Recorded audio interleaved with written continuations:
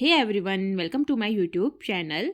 आज है आपका उत्तराखंड पुलिस के जो 2000 पदों में भर्ती आई है उसका मैं आपको ये प्रीवियस ईयर पेपर करवा रही हूँ और उसका है ये सेकंड पार्ट। 20 क्वेश्चन मैं ऑलरेडी करा चुकी हूँ हिंदी के और अब आएंगे यहाँ पर से जीके के क्वेश्चन। ये आपका 2022 में इसका एग्ज़ाम हुआ था और ज़्यादा टाइम वेस्ट ना करते हुए सीधे हम क्वेश्चन की तरफ चलते हैं। और जो ये जीके का क्वेश्चन है ये सिर्फ उत्तराखंड पुलिस ही नहीं बल्कि जो भी उत्तराखंड की आने वाली आगामी परीक्षाएं हैं उन सब के लिए बहुत महत्वपूर्ण है।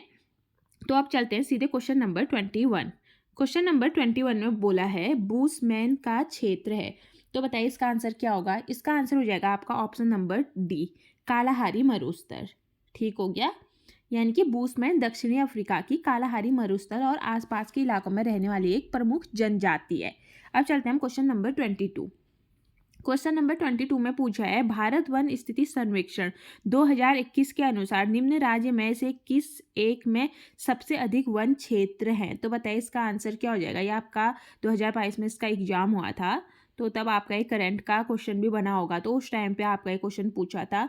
तो बताइए इसका आंसर हो जाएगा आपका ऑप्शन नंबर बी, यानी कि छत्तीसगढ़। ठीक हो गया, भारत वन स्थिति सर्वेक्षण 2021 के अनुसार है। ठीक है, अब चलते हैं हम क्वेश्चन नंबर 23। क्वेश्चन नंबर 23 में है कि मीटियोर अभियान निम्न में से किससे संबंधित था। तो बताइए 23 का आंसर आपका हो जाएगा option number B.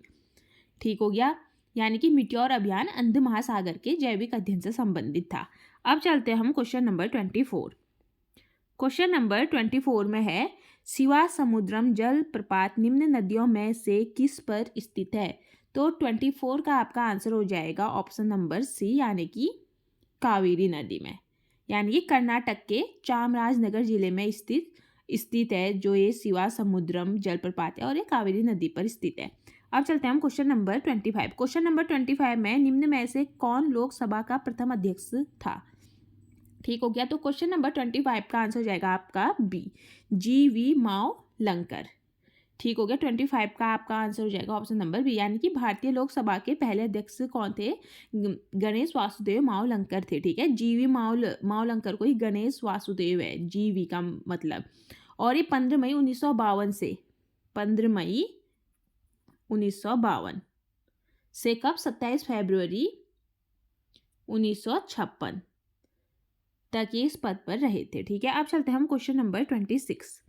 Question number 26 में पूछा है आपका भारतीय संविधान के निम्न में से किस अनुच्छेद के द्वारा अस्पृश्यता का उन्मूलन किया गया है। तो बताइए 26 का आंसर क्या हो जाएगा। इसका आंसर हो जाएगा आपका ऑप्शन नंबर सी, यानी कि अनुच्छेद 70, यानी कि भारतीय संविधान 1950 के द्वारा अस्पृश्यता को समाप्त कर दिया गया और किसी भी रूप में इसका अभ्यास निषिद्ध है। ठीक है, जो आपका अनुच्छेद है आपके मौलिक अधिकार के 14 से लेके 18 तक का है, उसी के अंदर अनुच्छेद 17 में आपका क्या है 14 से 18 तक का आपका इक्विलिटी का है, यानी कि इक्विटी समता या समानता का है। ठीक है, तो उसी के अंदर जो अनुच्छेद 17 है ये है अस्पृश्यता का उन्मूलन किया गया है इस अनुच्छेद में।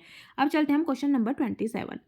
क्वेश्चन नंबर 27 में पूछा है कि शहरी स्थानीय स्वशासन से संबंधित 17वें संवैधानिक संशोधन अधिनियम के पारित होने के समय भारत के प्रधानमंत्री कौन थे। तो बताइए इसका आंसर क्या होगा। इसका आंसर होगा option number B, PV Narasimha Rao.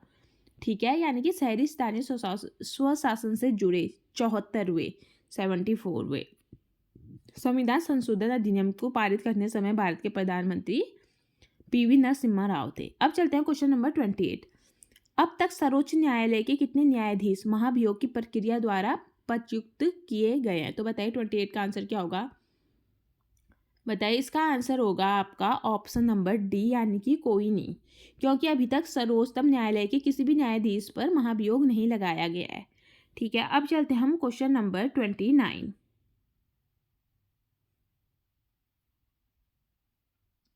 Question number 29 है आर्थिक सर्वेक्षण 2021-22 के अनुसार कौन सा देश भारत का सर्वोच्चतम निर्यात गंतव्य है। तो बताइए 29 का आंसर क्या हो जाएगा। ऑप्शन नंबर सी, यानी कि संयुक्त राज्य अमेरिका यूएसए। ठीक है, 2021-22 के अनुसार, क्योंकि ये करंट अफेयर का उस टाइम में भी क्वेश्चन बना होगा ये।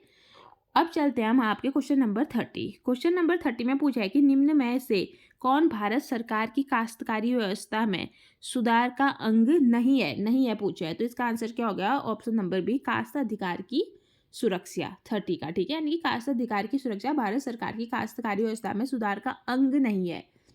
अब चलते हैं हम क्वेश्चन नंबर 31। क्वेश्चन नंबर 31 में है कि किन दो बैंकों का हाल ही में पंजाब नेशनल बैंक में विलय किया गया है। अब ये उस टाइम 22 का ये एग्ज़ाम था और उस पर करंट अफेयर्स पूछे गए थे, तो ये उस टाइम का है। तो बताइए इसका आंसर क्या हुआ था, क्या था इसका आंसर था ऑप्शन नंबर बी, यानी कि oriental bank of commerce and United bank of India, ठीक है। यानी कि 1 अप्रैल 2020 को ओरिएंटल बैंक ऑफ कॉमर्स और यूनाइटेड बैंक ऑफ इंडिया का विलय किस पे हो गया था? पीएनबी, यानी कि पंजाब नेशनल बैंक में इसका विलय हुआ था, ठीक है। और इसके बाद जो पीएनबी था वो भारत का दूसरा सबसे बड़ा सार्वजनिक बैंक बन गया। अब चलते हैं हम क्वेश्चन नंबर 32। क्वेश्चन नंबर 32 में है निम्न में से कौन सी भारत में संघीय वित्त की समस्या नहीं है। तो बताइए इसका आंसर हो जाएगा ऑप्शन नंबर डी, वित्त आयोग का बढ़ता हुआ महत्व, यानी कि 32 का आंसर है आपका ऑप्शन नंबर डी। अब चलते हैं हम क्वेश्चन नंबर 33। क्वेश्चन नंबर 33 में पूछा है उस एकमात्र विदेशी शक्ति का नाम बताइए जिसने सन 1857 के विद्रोह को दबाने हेतु अंग्रेज को सक्रिय रूप से सहयोग दिया। तो बताइए 33 का क्या आंसर हो जाएगा? ऑप्शन नंबर सी, यानी कि नेपाल, ठीक है। सन 1857 के विद्रोह के दौरान नेपाल ने अंग्रेज का समर्थन किया था। अब चलते हैं हम क्वेश्चन नंबर 34। क्वेश्चन नंबर 34 में बोस्टन चाय पार्टी किससे संबंधित थी। तो इसका आंसर क्या हो जाएगा? ऑप्शन नंबर ए, अमेरिकी क्रांति से, ठीक है। जो बोस्टन टी पार्टी थी वो अमेरिकी क्रांति से संबंधित थी और ये चाय पर कर और ईस्ट इंडिया कंपनी के कथित एकाधिकार के खिलाफ विरोध प्रदर्शन भी था। अब चलते हैं हम क्वेश्चन नंबर 35। अब आपके यहाँ से रीजनिंग के क्वेश्चन बन चुके हैं, आप लोग देख सकते हैं। तो बताइए इस पे इसका आंसर है 35 का आंसर क्या होगा आपका? इसका पहले आप लोग पैटर्न पहचान लीजिए। अब देखिए पैटर्न क्या है, इसका पैटर्न है फर्स्ट वाले में देखिए 3 × 4 + 5 × 2, यानी कि 3 × 4 + 5 × 2, ये 4 3 जा 12 हो जाएगा प्लस 5 2 जा 10, ये बन के क्या बन रहा है 22 ऐड हो के। तो सेम यही पैटर्न यहाँ भी आप लोगों का होगा। तो बताइए यहाँ पर को क्या पैटर्न होगा? 7 × 4, ये देखिए 7 × 4 + 9 × 5, तो ये हो जाएगा आपका 28 + 45। तो आप लोग इसको ऐड कर दोगे तो इसका क्या आंसर आ जाएगा? 28 + 45 ऐड होके आएगा 73, यानी कि ऑप्शन 73 है, हाँ है ऑप्शन नंबर बी। तो इसका आंसर क्या हो जाएगा? ऑप्शन नंबर बी, ठीक हो गया। आप लोग देख सकते हैं, ये मैं थोड़ा बहुत आप लोगों को बता देती हूँ। अब क्वेश्चन नंबर 36 में है कि आपका दिया है एक कार 2 स्टेशन के बीच 60 किलोमीटर पर आवर, यानी कि किलोमीटर पर घंटे की औसत चाल से हो जाती है और 90 किलोमीटर प्रति घंटे की औसत चाल से वापस आती है। पूरी यात्रा के दौरान कार की औसत चाल क्या है? तो बताइए इसका आंसर क्या होगा? इसके लिए एक फॉर्मूला होता है 2 × xy/x + y, ठीक हो गया। अब 60 किलोमीटर और 90 किलोमीटर बोल रखा है, तो क्या हो जाएगा 2 × x की जगह 60 और इसकी जगह 90। स्क्रीन में जगह नहीं होती है तभी प्रॉब्लम हो जाती है, और 60 + 90 हो जाएगा, ठीक हो गया ये। यानी कि 2 × xy/x + y करके आप रखोगे और 2 × x की जगह 60 लिख दो, y की जगह 90 और 6 + 90, तो आपका क्या हो जाएगा यहाँ पर को 2 × 60 × 90 अपॉन ये ऐड होके कितना हो जाएगा 150। तो आप इसको कैंसिल कर सकते हैं, 0 से 0 कैंसिल हो जाएगा, ठीक हो गया, और 15 से 4 ये कैंसिल हो जाएगा। तो आप लोगों का आंसर इसमें आ जाएगा 72, ठीक है। यानी कि आप लोग देख लीजिए, कैंसिल करके देख लीजिए इसको, तो आपका आंसर क्या हो जाएगा 72। स्क्रीन पे इस पे जगह नहीं हो रही है तो इस उससे मैं मैथमेटिक्स इस पे समझा नहीं पा रही हूँ, आप लोग देख लेना। फॉर्मूला मैंने बता दिया, सिर्फ कैलकुलेशन करनी है और ज़्यादा इस पर कुछ नहीं है, कैलकुलेशन का खेल है और कुछ नहीं है, वो हो जाएगा। अब चलते हैं हम क्वेश्चन नंबर आपका 37। अब 37 है, ये है रीजनिंग का क्वेश्चन 37 का। अब आप लोग करिएगा, बताइएगा कि इसका आंसर क्या आया, ठीक है। तो अब क्वेश्चन नंबर 37 में आप लोगों को ये है ब्लड रिलेशन का नहीं है, ये है आपका नीचे दी गई सूचना के आधार पर निर्णय कीजिए कि अच्छा 5 दोस्त हैं A B C D और E, कौन सबसे लंबा है पूछ सके, और आपको कंडीशन दी है 1 और 2 में, ठीक हो गया। अब जब आपको कंडीशन दी है तो आप लोग देख सकते हैं इसमें लिखा है कि D A और C से लंबा है, ठीक है, यानी कि D है वो A और C से लंबा है, A और C से लंबा है, तो यहाँ फिर उसमें पूछा है कि और फिर सेकंड में लिखा है कि B E से छोटा है लेकिन D से लंबा है। अब जो B है वो D से तो लंबा है, ठीक हो गया, लेकिन छोटा किससे है, B E से छोटा है, ठीक है, जो B है E से छोटा है, तो यानी कि क्या हो जाएगा, E सबसे लंबा हो जाएगा, सबसे बड़ा क्या आ जाएगा E, तो इसका आंसर क्या होगा, ऑप्शन नंबर डी, ठीक है, इसका आंसर क्या हो जाएगा, ऑप्शन नंबर डी। आप लोग भी इस पे देख लेना। अब चलते हैं क्वेश्चन नंबर 38। क्वेश्चन नंबर 38 में पूछा है जब एक समतल दर्पण में देखा जाता है तो एक घड़ी 8:30 का समय दिखाती है, सही समय है, तो बताइए जब ऐसे वाले क्वेश्चन आ जाएंगे तो आपको कुछ नहीं करना है, बस क्या करना है 1160 से माइनस कर देना है आपने 830 को, ठीक है। अब 1160 से क्यों माइनस किया, यानी कि 1160 कितना हुआ आपका, 1160 हुआ आपका 12 बजे, करेक्ट 12 बजता है, ठीक है, तो उसे करेक्ट 12 ना लिख के 1160 लिख दिया आपने, यानी कि 11 बजे हैं और 60 मिनट हो रखे हैं, यानी कि 12 बजे है, और 1160 में से 830 आप माइनस कर दोगे तो इसका आंसर क्या आ जाएगा 330, तो इसका आंसर क्या हो जाएगा, ऑप्शन नंबर बी, ठीक हो गया। यानी कि 1160 में से कभी भी ऐसे क्वेश्चन बनेंगे तो 1160 में से आप सीधे माइनस कर लेना। अब चलते हैं हम क्वेश्चन नंबर 39। क्वेश्चन नंबर 39 में आपका पूछा है दिए गए आरेख में से कौन सा आरेख तरल पिज्जा दूध के बीच में संबंध को सर्वोत्तम रूप से दर्शाता है, तो बताइए इसका आंसर क्या होगा। अब देखिए जो तरल बोल रखा है और दूध बोला है, ये दोनों किस फॉर्म में है, लिक्विड फॉर्म में है, लिक्विड जानते हो ना, यानी कि पानी की फॉर्म में है, तो ये दोनों एक जैसे हैं, ये दोनों एक जैसे, तो देखो 2 सर्कल है, और पिज्जा डिफरेंट है, बिल्कुल मैदे का बनता है, वो अलग से है, वो लिक्विड फॉर्म में भी नहीं है, ठीक है, ये ठोस होता है पिज्जा, पढ़े होंगे ना अपनी अवस्थाएं ठोस पदार्थ की, तो वो ही समझ लो, ये किसमें द्रव में नहीं है, ये किसमें पदार्थ के उसमें बन रखा है, तो देखिए तो इसका आंसर क्या हो जाएगा 4th वाला है जो, यानी कि ऑप्शन नंबर डी। अब चलते हैं हम क्वेश्चन नंबर 40। अब क्वेश्चन नंबर 40 में आप लोगों का पूछा हुआ है गाय और मुर्गियों के एक समूह में पैरों की संख्या सिर की संख्या के 2 गुने से 14 अधिक है, तो बताइए गायों की संख्या क्या है। तो अब ये वाला क्वेश्चन करने के लिए आपको पूरा इस पे बेसिक से करना पड़ेगा, यानी कि आपने गाय की संख्या लिखनी पड़ेगी। अब गाय की संख्या आपको पता है नहीं तो कितना मानोगे उसको, x मानोगे, अगर गाय की संख्या आपको नहीं पता है। फिर उसके बाद मुर्गियों की संख्या लिखोगे, मुर्गियों की संख्या कितनी मानोगे, y मानोगे। फिर उसके बाद इस पे लिखा है कि गाय और मुर्गियों के एक समूह में पैरों की संख्या सिरों की संख्या के 2 गुने से 14 अधिक है, ठीक है, तो यानी कि गायों की संख्या क्या हो जाएगी, तो इसमें पूछ रखे हैं कि मुर्गियों की संख्या पैरों की बात करिए तो क्या हो जाएगी, गायों की संख्या हो जाएगी 4x और मुर्गियों की हो जाएगी 2y।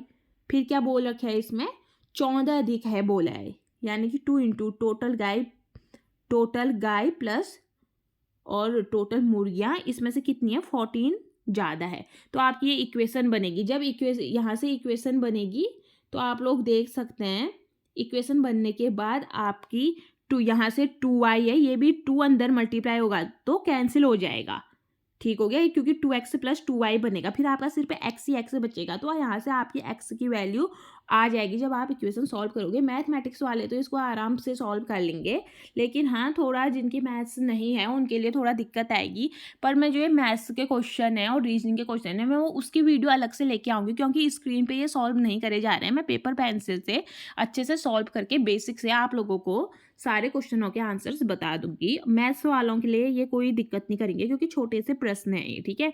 अब चलते हैं हम क्वेश्चन नंबर 41। क्वेश्चन नंबर 41 में बोला है कि दी गई आकृति में त्रिभुजों की संख्या कितनी है। ठीक हो गया। तो आप लोग इसमें से त्रिभुज गिन लेना, ट्रायंगल है जो कितनी है, और इसका आंसर आपका आ जाएगा ऑप्शन नंबर सी यानी कि 32 इसका आंसर आएगा। और ऊपर वाले क्वेश्चन का भी मैं आंसर बता देती हूँ आप लोगों को। जो 40 वाला क्वेश्चन है इसका आंसर आप लोगों का आ जाएगा ऑप्शन नंबर बी यानी कि 7 इसका आंसर आएगा। ठीक है, जो गायों की संख्या होगी। अब चलते हैं क्वेश्चन नंबर 42। क्वेश्चन नंबर 42 में बोला है कि एक व्यक्ति का मुंह दक्षिण दिशा की ओर है और वो वामावृत दिशा में 135 डिग्री मुड़ता है और इसके बाद 180 डिग्री दक्षिणावृत मुड़ता है। अब उसका मुंह किस दिशा की ओर होगा। तो ये वाला क्वेश्चन भी आपको डायरेक्शन का ही पता होगा। यहाँ पूरब लिखते हैं, यहाँ पश्चिम, यहाँ उत्तर, यहाँ दक्षिण। ठीक हो गया। अब इस पे बोला है कि एक व्यक्ति का मुंह दक्षिण दिशा की ओर है यानी कि यहाँ को है, तो ये दक्षिण दिशा की ओर है और ये वामावर्त दिशा में 135 डिग्री मुड़ता है। ठीक है, तो ये 135 डिग्री क्या करता है, मुड़ता है। अब जब इसका 135 डिग्री होगा तो ये कहाँ को जाएगा, इधर को जाएगा।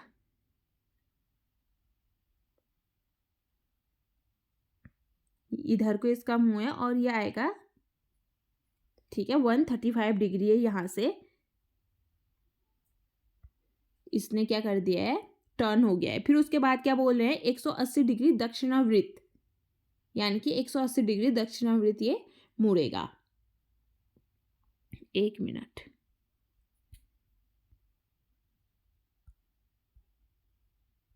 हाँ तो देखिए आपका ये बन गया। डायरेक्शन बना लेते हैं, पूरब, पश्चिम, उत्तर, दक्षिण। ठीक है, अब क्वेश्चन में बोला है कि वो वामावृत दिशा में, उस मुंह तो उसका यहाँ है, दक्षिण दिशा की तरफ है। अब दक्षिण दिशा की तरफ है तो वह वामावृत यानी कि उसका जो बायां हाथ होगा, लेफ्ट हैंड होगा, इस साइड को होगा। तो कितना मुड़ता है वो, 135 डिग्री मुड़ता है। ठीक है, यानी कि 90 डिग्री तो ये मुड़ गया और यहाँ देखिए 45 डिग्री यहाँ को मुड़ गया ये, यानी कि 90 + 45 135 डिग्री होता है। यहाँ पर को है वो व्यक्ति। ठीक है, और इसके बाद क्या करता है वो 180 डिग्री दक्षिणावृत मुड़ता है। अब देखो उसका दाहिना हाथ कौन सा हो जाएगा, इस साइड को हो जाएगा। अब वो कितना जाता है, 180 डिग्री यानी कि 45 यहाँ चले गया ये, और 90 इधर चले गया, और 35 इतना यहाँ को चले गया। तो कितना हो गया ये, 180 डिग्री हो गया। तो अब यहाँ पर को देख सकते हैं, यहाँ पर को कौन सी आपकी दिशा आ रही है, यानी कि दक्षिण और पश्चिम। यानी कि दक्षिण और पश्चिम किस में है, ऑप्शन नंबर डी में। तो 42 का आंसर क्या हो जाएगा, ऑप्शन नंबर डी। ठीक है, यहाँ पे स्क्रीन में थोड़ी प्रॉब्लम हो रही है, उससे मैं आपको अच्छे से समझा नहीं पा रही हूँ। इसको मैं पेपर और पेंसिल से मैं आप लोगों के लिए डायरेक्शन के क्वेश्चन अलग से लेके आऊँगी और अच्छे से उस पर आप लोगों को मैं समझा दूंगी।